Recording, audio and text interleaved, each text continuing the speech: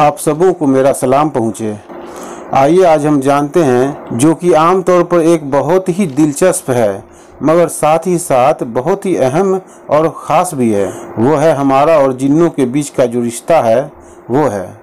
इंशाअल्लाह अभी आपको इसके बारे में बहुत कुछ जानने और समझने को मिलेगा। साथ ही शयातीन जिन्नों से कैसे अपनी हिफाजत की जाए इस पर भी रोशनी डाली जाएगी। तो इसलिए आप लोगों से इतनी इल्तिजा करूँगा कि इस वीडियो को अधूरा छोड़कर बीच से नहीं जाइएगा, क्योंकि तब आपको आधी अधूरी मालूमात होगी और जो आगे चलकर आप इसका पूरा फ़ायदा नहीं उठा पाइएगा। इसलिए इस खास वीडियो को आखिर तक देखिए। तो आइए शुरू करते हैं। अल्लाह ताला की दो सबसे अहम मखलूक हैं, इंसान और जिन। जैसे हमारी दुनिया है वैसे ही जिन्नों की भी दुनिया है।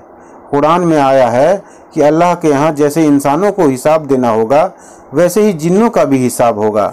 यानी सारी मखलूक़ात में बस यही दो मखलूक ऐसे हैं जिन्हें अपने अमल के बकद्र जन्नत या जहन्नम के वे हकदार होंगे। मगर सबसे बुनियादी फ़र्क इन दोनों में यानी इंसानों और जिन्नातों में यह है कि जहाँ इंसान मिट्टी से बना है वहीं जिन को आग से बनाया गया है। इसके अलावा इस दुनिया में जिन हमें देख सकते हैं मगर हम उन्हें आम तौर पर नहीं देख सकते। अब सवाल ये है कि जिन इंसानों को किस हद तक नुकसान पहुंचा सकते हैं, तो इसका सीधा जवाब ये है कि उतना ही नुकसान पहुंचा सकते हैं जितना एक इंसान दूसरे इंसान को, बल्कि एक तरह से कहें तो इंसानों से ज़्यादा ही नुकसान पहुंचा सकते हैं, क्योंकि इंसान को तो हम देख सकते हैं और उसका मुकाबला कर सकते हैं, लेकिन जिन को नहीं देखते हैं, इसलिए मुकाबला करना ज़्यादा मुश्किल होता है। अब जो बुरे यानी शैतान जिन हैं उनसे हमें नुकसान न पहुँचे, इसके लिए कुछ अहम बातों पर अमल ज़रूर करना चाहिए।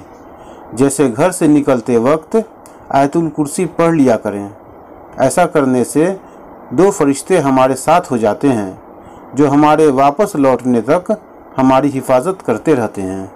और भी बातें हैं, जैसे घर में बड़े कमरे में अकेले न रहा कीजिए और रात में अकेले कब्रिस्तान नहीं जाया कीजिए और मस्जिद में भी रात में अकेले न रहिए।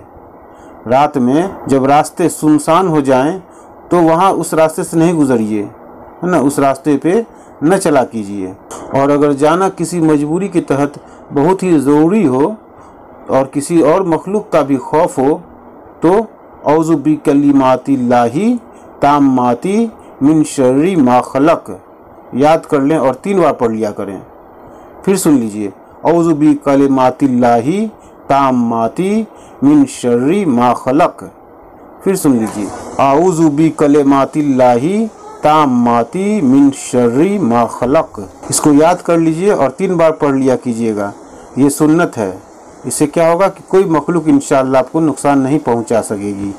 मगर इन शैतान जिन्नों से बचने का सबसे बेहतरीन बस एक ही तरीका है जो बहुत कारगर भी है, और वो है इबादत।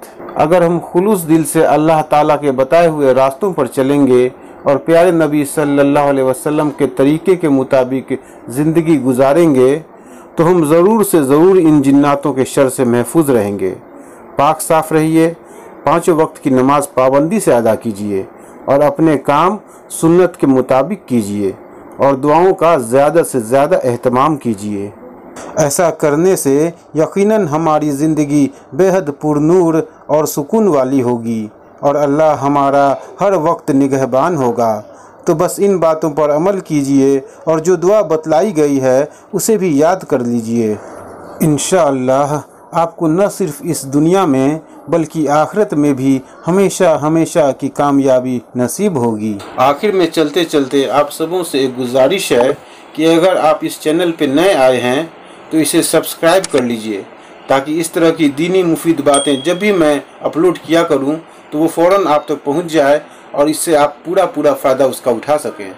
अल्लाह आप सबों को खुश रखें।